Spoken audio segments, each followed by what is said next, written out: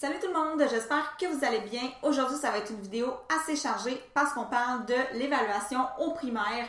J'ai jamais fait de capsule sur ce sujet-là parce que je me sentais pas assez solide, mais je commence à recevoir de plus en plus de questions à savoir comment on évalue, comment ça fonctionne un bulletin, comment on fait pour porter notre jugement professionnel sur les apprentissages des élèves, bon, etc. Et aujourd'hui, si vous êtes étudiante au bac, je vous conseille de faire pause, d'aller vous faire un petit café, d'aller chercher un cahier de notes, des crayons, parce que ça va être très théorique aujourd'hui. Là, pour vrai, ça va être beaucoup d'informations. Puis j'entrerai pas dans comment je fais pour évaluer l'écriture ou comment je fais pour évaluer les situations de problème en maths. Je vais plutôt y aller plus large en vous expliquant comment ça fonctionne l'évaluation, qui régit quoi, qui décide de qu'est-ce qui se trouve dans le bulletin, à quelle fréquence on évalue et tout ça. Donc, si vous êtes prêts, si ça vous intéresse, ben, je vous invite à rester avec moi parce que c'est parti. Avant d'embarquer dans les questions que j'ai reçues, je vais faire un petit tour de ce qu'est l'évaluation au primaire. Donc, vous devez savoir qu'on évalue par compétences qui sont les mêmes de la première à la 6e année.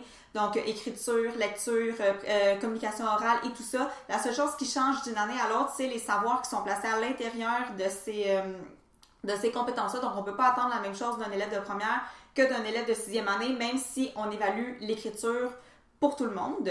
Chacune des compétences doit être évaluée individuellement, c'est-à-dire que dans le bulletin, il va y avoir une note pour l'écriture, une note pour la lecture et une note pour la communication orale, par exemple, et tout ça va former les apprentissages de français, langue d'enseignement. Il y a plusieurs documents qui sont super importants pour les enseignants quand vient le temps d'évaluer et je les ai épluchés pour vous pour faire une capsule aussi pertinente et juste que possible.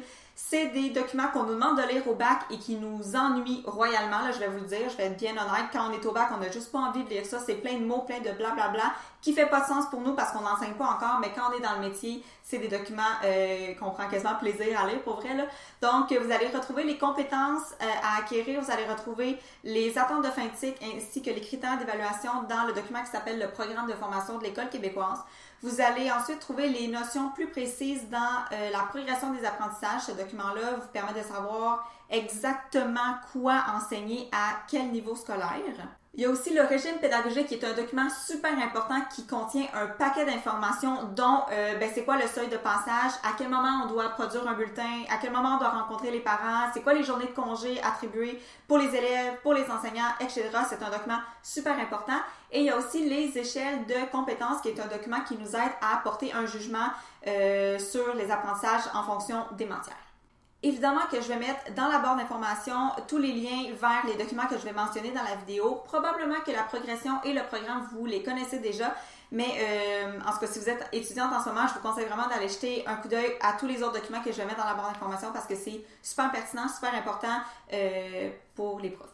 Donc, je vais y aller tout de suite avec la première question qui, vous allez voir, est pas si simple à répondre. La question, c'est comment on fait des bulletins. Bon, la première chose qu'il faut savoir, c'est que on doit pas faire de moyenne avec les résultats que nos élèves ont obtenus durant l'étape. On fait pas comme 12 plus 15 plus 16 plus 18 divisé par 5. C'est ça que je vais te mettre au bulletin. On n'est pas supposé faire ça, on est supposé porter un jugement global sur ce que l'élève a fait durant l'étape. Donc, on regarde ses résultats en général et on essaie de les situer selon les échelles de compétences. Il y en a 5, donc c'est niveau 1, 2, 3, 4, 5.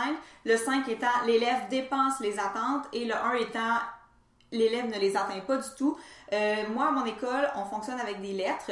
Donc, c'est comme ça que les élèves reçoivent leurs notes. Puis c'est comme ça que moi, je les note aussi. Dans le fond, quand je reçois une copie, je vérifie, bon, est-ce que ça, c'est une copie d'un élève qui, selon les critères d'évaluation puis selon les attentes que j'ai en ce moment, est-ce que c'est un élève qui dépense les exigences? Donc, je vais lui mettre A. Est-ce que c'est un élève qui atteint les exigences? B. Est-ce que c'est un élève qui les atteint minimalement? C. Qui a de la difficulté à les atteindre ou qui les atteint pas. Donc, moi, c'est comme ça que je vais mettre mes notes. Et ensuite de ça, nous, à l'école, on a un barème qui relie chaque lettre à un pourcentage parce que le bulletin doit obligatoirement contenir des pourcentages. Ça, c'est national, là, ça a été décidé par le ministère et tout ça. Donc, tous les bulletins doivent être du même format. Puis, on doit mettre des pourcentages à l'intérieur. Donc, nous, à notre école, chaque lettre correspond à un pourcentage qu'on va mettre dans le bulletin. Ensuite, il y a les normes et modalités d'évaluation qui sont choisies par la direction et ses enseignants. Donc ça peut changer d'une école à l'autre. Donc, qu'est-ce qu'on va évaluer en français, en maths, en univers social? Par exemple, je vais dire, moi, je vais faire des carnets de lecture, je vais faire des examens de lecture, je vais faire des cercles de lecture, je vais faire... toutes les façons qu'on va utiliser pour évaluer les élèves doivent être inscrites dans les normes et modalités et ça doit être envoyé aux parents au début de l'année pour que les parents sachent exactement à quoi s'attendre, qu'est-ce qui compte pour combien, puis comment on va faire pour évaluer les élèves. Et évidemment, par souci de transparence, on devrait toujours présenter aux élèves les critères d'évaluation quand on leur fait faire un travail. Moi, je le fais toujours. Quand je leur présente une nouvelle tâche, je leur dis « OK, ben moi, voici ce que je vais regarder. Je vais regarder ça, ça, ça. » Donc, ils sont déjà en mesure de savoir comment bien faire leur travail s'ils veulent avoir une bonne note. Puis, nous, nos grilles d'évaluation sont placées dans la boîte à outils des élèves. Si on peut appeler ça comme ça, nous, c'est plus un référentiel, là. Mais les élèves ont notre grille d'évaluation en lecture, en écriture, en communication orale, en C1 et en C2. Et les parents aussi. Donc, chaque fois que l'élève reçoit ses notes, il peut aller voir, en écriture, au critère 2, j'ai eu telle note. Pourquoi? Il peut se référer à la grille d'évaluation qu'on a placée dans le duotang, pas dans le duotang, mais dans le cartam au début de l'année. Pour ce qui est du bulletin en tant que tel, on n'est pas obligé d'évaluer chacune des compétences au bulletin 1 et au bulletin 2. Ça concerne l'ECR, l'anglais, l'éducation physique et les arts, tandis que le troisième bulletin, donc le bulletin de la troisième étape, doit comporter une note pour chacune des compétences, c'est obligatoire. Ensuite, au bulletin 1 et au bulletin 3, il faut faire des commentaires en ce qui concerne deux compétences transversales. Ça peut différer d'une école à l'autre parce qu'on peut choisir en fonction de nos élèves, on peut choisir en fonction du niveau. Donc, nous, en 5e année, à notre école, on doit évaluer le jugement critique et les méthodes de travail efficaces. La prochaine question, c'est à quelle fréquence on doit évaluer nos élèves? Et moi, je vous dirais le plus souvent possible et de manière le plus diversifiée possible. Donc, moi, je dis au début de l'année à mes élèves qui sont tout le temps en évaluation, qu'ils soient en train d'écrire, qu'ils soient en train de lire, qu'ils soient en train de me parler, qu'on soit, j'exagère là, mais qu'on soit dans le corridor, ils sont en évaluation, je fais des observations sur eux constamment. Je les évalue de la manière traditionnelle souvent, là, je leur donne des C1, des C2, des écritures, des examens de lecture et tout ça. J'évalue aussi parfois ce qu'ils font en plan de travail, donc en travail autonome, ce qui n'est pas une période à tout le monde assis en train de faire le même travail en même temps. Je les évalue quand ils font du travail d'équipe. J'évalue aussi même quand on fait du travail en grand groupe, en classe, puis que même des fois, je donne les réponses, là, qu'on les écrit au tableau, je les évalue. Est-ce qu'ils sont capables de recopier? Est-ce qu'ils comprennent ce qu'ils ont fait? Je peux les évaluer en entrevue individuelle, je peux les évaluer de manières différentes. Puis c'est important de diversifier nos manières d'évaluer parce qu'il y a des élèves qui vont performer plus en entrevue individuelle, à l'oral, il y en a qui vont plus performer papier, il y en a qui vont plus performer en travail d'équipe. Fait que c'est important de leur offrir plusieurs contextes pour démontrer leurs connaissances. Évidemment que je vais aussi faire des observations spontanées quand j'enseigne en classe avec eux, puis que là, il y a un élève qui lève sa main et qui fait un commentaire absolument génial ou qui fait un lien entre deux matières ou entre deux concepts qu'on a vus. Puis dans ce temps-là, je le dis devant tout le monde, je fais « Wow! T'es même pas en train d'écrire, t'es pas en examen, mais je viens de mettre une observation sur toi dans mon cahier. » Je note ça dans ma tête. Puis là, ils sont souvent vraiment contents parce qu'ils sont comme « Hey, wow, genre, je viens de faire un commentaire vraiment pertinent, fait que je suis fière de moi. » Fait que je les évalue souvent comme ça, puis je leur dis devant tout le monde. La troisième question qu'on m'a posée, c'est est-ce que chaque fois qu'on donne une tâche à nos élèves, on est obligé d'évaluer tous les critères? La réponse est non, évidemment. Comme par exemple, quand je donne une écriture, je pourrais évaluer les 5 critères. Mais des fois, on va plutôt axer notre évaluation sur l'orthographe ou sur la construction des phrases. C'est selon le contexte, selon la longueur, selon le sujet de l'évaluation qu'on veut leur faire faire. Généralement, en mathématiques, on évalue tous les critères, mais en lecture, en écriture, des fois, on va en laisser tomber. Sauf que je m'assure tout le temps d'avoir fait au moins 2-3 évaluations pour chacun des critères, parce que sinon, je sens pas que je pourrais porter un jugement juste et éclairé si, mettons, j'avais jamais évalué l'orthographe de mes élèves, si j'avais jamais évalué les traces en mathématiques, je me sentirais pas à l'aise de faire une note avec ça. Fait que je m'assure que dans l'étape, j'ai vu au moins 2-3 traces de chaque critère, mais à chaque fois que je donne une tâche, je suis pas obligée d'évaluer tous les critères. La quatrième question, c'est est-ce que j'utilise des grilles d'observation? La réponse est oui, mais pas tout le temps. Moi, je travaille avec des niveaux de compréhension en classe. Donc, chaque fois que j'enseigne une nouvelle notion à mes élèves, je vais prendre une liste d'élèves et je vais leur demander leur niveau de compréhension. Ils sont affichés dans la classe, il y a 4 niveaux. Le niveau 1, c'est je commence à apprendre, mais je comprends vraiment pas ce que tu viens de m'enseigner. Le niveau 2, c'est ça va quand même bien si j'ai un exemple ou si j'ai de l'aide. Le niveau 3, c'est je comprends, ça va bien. Et le niveau 4, c'est je comprends, ça va bien, mais je pourrais en plus l'expliquer à quelqu'un qui a de la difficulté.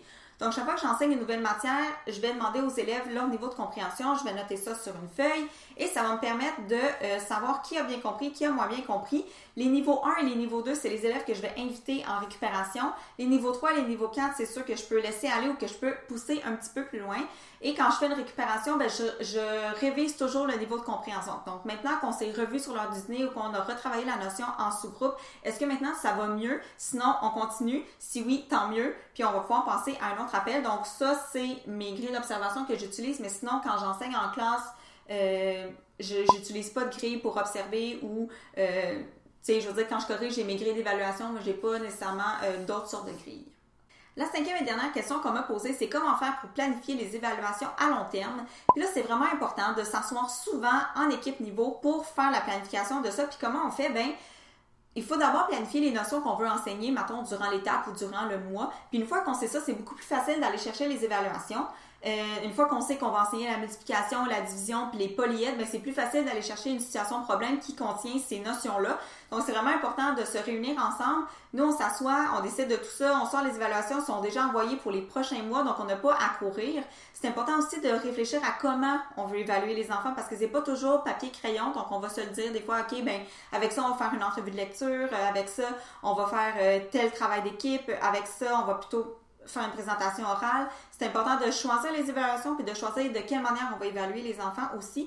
À notre école, tous les profs du même niveau vont généralement donner les mêmes évaluations. Donc, si j'ai une évaluation à donner par rapport au solide, ben les 5 profs de 5e, on va donner la même évaluation pour que ce soit le plus homogène possible. Par rapport à cette question-là aussi, il y en a qui m'avaient demandé où est-ce que je vais chercher mes évaluations, mais la plupart du temps, on va prendre les évaluations qui ont été créées par notre commission scolaire. Sinon, ça m'arrive d'aller en chercher de la part de profs créatrices, là, ou sinon sur le Jardin de Vicky ou ce genre de site internet-là. Ou bien ça peut venir tout simplement du matériel pédagogique qu'on a à l'école, donc des manuels comme Caméléon ou Pressmat. Et ça nous arrive, pas souvent, mais de temps en temps, de créer nos propres évaluations parce que souvent, on en trouve qui sont pas vraiment adaptés à nos élèves ou qui sont pas vraiment adaptés à l'enseignement qu'on a fait en classe. Donc, on va venir en chercher ou en modifier quelques-unes ou bien tout simplement en recréer nous-mêmes. Je sais qu'il y avait beaucoup d'informations dans la vidéo d'aujourd'hui. Je m'excuse que ça a été aussi théorique, mais j'avais pas le choix. Il fallait que je pense par là si je voulais commencer à vous parler de l'évaluation. Donc, j'espère que ça vous a intéressé. J'espère que vous avez appris des choses, que vous avez pris des notes. Puis, si jamais vous avez d'autres questions par rapport à ce que j'ai dit, des choses qui n'étaient pas assez claires ou pas assez précises, gênez-vous pas pour les laisser dans les commentaires. Et encore une fois, si jamais vous voulez que je fasse une vidéo spécifique sur l'évaluation de la situation de problème en maths ou sur l'évaluation de l'écriture, gênez-vous pas pour me faire les suggestions en barre d'informations. Ça pourrait comme être une série sur l'évaluation. Et puis, ça va me faire plaisir de faire ça pour vous. Et puis sur ça, ben, on se voit dimanche pour le vlog qui va être la dernière semaine avant la semaine de relâche. Mercredi prochain pour une vidéo de prof, je pense que c'est une vidéo où est-ce que moi et mes élèves, on va vous présenter les livres qu'on a achetés au Salon du Livre. Et sur ça, merci encore d'avoir été là cette semaine, puis on se revoit une prochaine fois. Bye!